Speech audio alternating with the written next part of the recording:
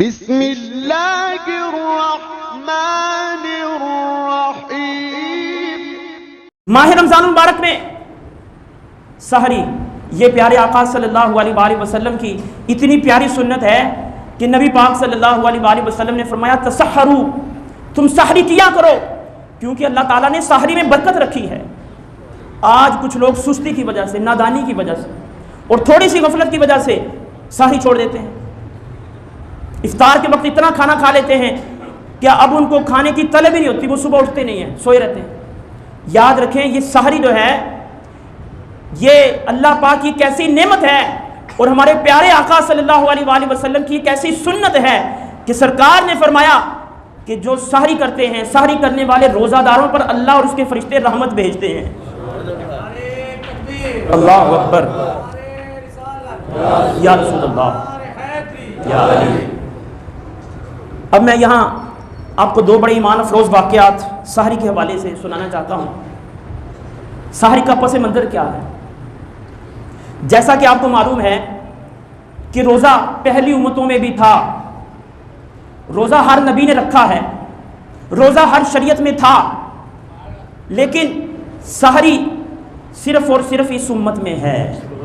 پہلی امتوں میں روزے تھے لیکن سحری نہیں تھی۔ سحری کہاں سے آئی؟ ایک صحابی تھے، ان کا نام تھا حضرت سرما بن قیس رضی اللہ تعالیٰ عنہ، بڑے محنتی تھے۔ اچھا، اسلام کی ابتدا میں روزہ اسی طرح فرض تھا جیسا کہ یہودیوں اور عیسائیوں پر فرض تھا۔ کیسے کہ ساری رات بھی روزہ، سارا دن بھی روزہ، صرف آپ افطار کے وقت کچھ کھا سکتے ہیں، افطار کے وقت، اس کے بعد اگر آپ سو گئے تو پھر جب آپ سو کر اٹھیں گے پھر آپ کچھ نہیں کھا سکتے۔ اس طرح کا اسلام کی ابتدا میں روزہ اس طرح کا تھا، ساری رات بھی روزہ، سارا دن بھی روزہ، صرف افطار کے وقت کچھ کھانے کی اجازت تھی۔ حضرت سرما بن قیس رضی اللہ تعالیٰ عنہ سارا دن اپنی زمین پر محنت کرتے رہے، کام کاج کرتے رہے۔